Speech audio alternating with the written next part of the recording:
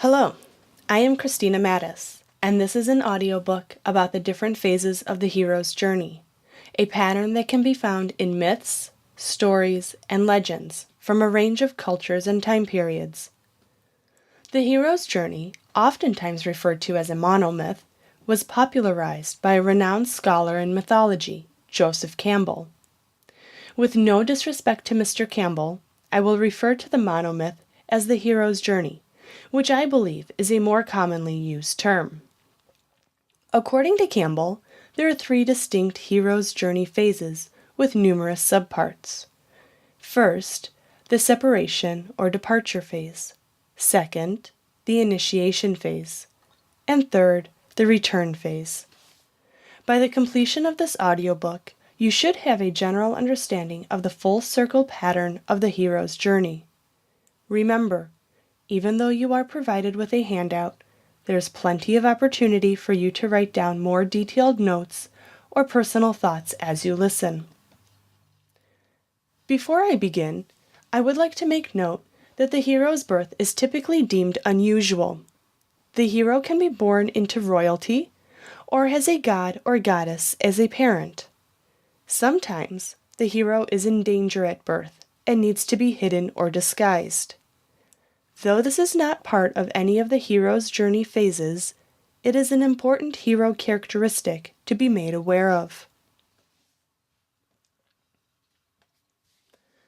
For the following discussion, I would like you to refer to the handout titled Hero's Journey Phases. The first part of the discussion will focus on Phase 1, the departure, which you can find at the top of the handout. Phase 1 is referred to in one of two ways, the separation or the departure. For the purpose of this audio, I will refer to Phase 1 as the departure. As you notice, there are 5 events that take place during the departure phase. The first event is when the hero is called to an adventure. Usually, the person who calls the hero to an adventure will be someone who will act as a guide or helper throughout the journey. This call to adventure also forces the hero to become more aware of the world outside of the comforts of home. Initially, the hero refuses to accept the call to adventure in fear of change. However, after some persuasion from some sort of supernatural force or an event that influences the hero to leave home, the hero agrees to the challenge. Along the way, the hero encounters a meeting with some kind of supernatural aid, a mentor if you will. This supernatural aid could be someone like an old wise man, a god or goddess, or even a simple messenger who provides the hero with either a special weapon or supernatural powers to assist the hero during the journey. Once the hero has accepted the call to adventure and met with a supernatural aid, the hero encounters a threshold to cross. This threshold is a division between the comforts of home and the mysteries of an unknown world. Occasionally, the hero will have to confront and defeat a guardian or gatekeeper of sorts in order to cross the threshold into the new world. The final portion of the departure phase is known as the belly of the whale. This does not mean that the hero actually is in the belly of a whale. This term refers to a form of rebirth for the hero, because the hero finally becomes aware of the purpose for the journey through an emergence of an alone state. This completes Phase 1. Let's continue with the Phase 2, the initiation. You will find this phase in the middle section of the handout. There are 6 sections to this phase, starting with the Road of Trials. The Road of Trials is a series of events that challenge the morals and ethics of the hero. As a result of these trials, the hero becomes more skilled and self-reliant in addition to improving personal character. During the trials, the hero meets a goddess of some kind who appears frequently throughout the journey. This goddess may be of royalty or possess motherly qualities, and above all, is beautiful and graceful. This goddess informs the hero of the rewards that await at the end of the journey. Different from the goddess, there are beings that the hero may encounter who tempt the hero from the path of truth and goodness. Typically, since historically heroes have been male, these temptations are represented by a female. Currently, however, these tempters could be male or female since the hero's journey pattern has developed to include female heroes. Regardless of the hero's gender or the gender of the tempter, the hero must surpass any temptations or selfish desires and return to the right path. The hero must not succumb to any temptations. During the fourth part of the initiation, the hero meets an authority figure similar to that of a father figure. This father figure could either feel threatened by the hero or act as someone who wants to help the hero. Either way, the hero must reconcile with his father figure, who seeks atonement to better understand both himself and the hero.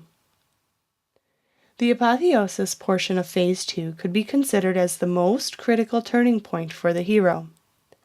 The apotheosis is a time when the hero finally understands the purpose of life and himself. The hero is able to recognize the world differently from any initial perceptions.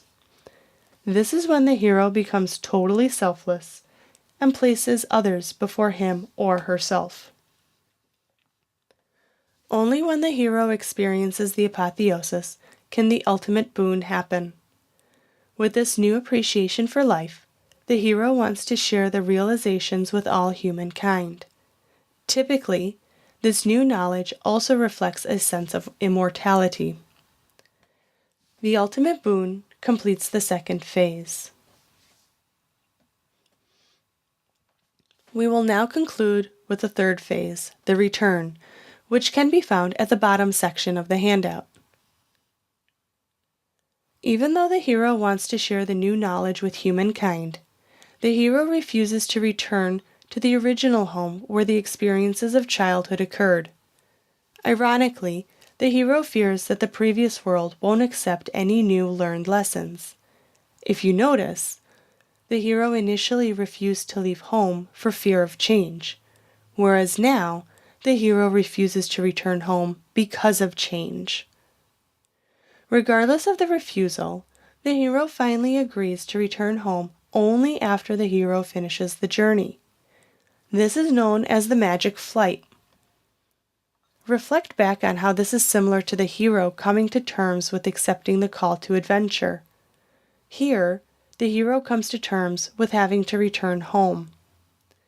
To help the transition process, the supernatural aid could act as a protector who helps the hero through any obstacles on the way home.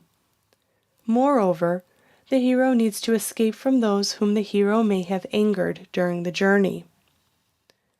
One obstacle where the protector's assistance may be needed is during a rescue from without. This is when the hero requires help in overcoming death or some kind of state of helplessness. As the hero continues to travel home, there is a threshold to cross in order to return from the new world to the old world, similar to that of the threshold from the old world to the new world during the departure phase. Again, there may be some sort of gatekeeper or guardian that the hero must defeat. After crossing the threshold, the hero realizes that there is a harmonious balance between the two worlds and that there is not much separation between the two. This understanding allows the hero to become balanced in character and mind, and makes the hero the master of two worlds. Once the journey is complete, the hero has the freedom to live because the hero has come to an understanding between self, home, and the new world.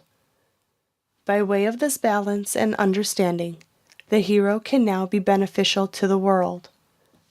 This completes Phase 3. These phases seem quite linear, and in essence they are.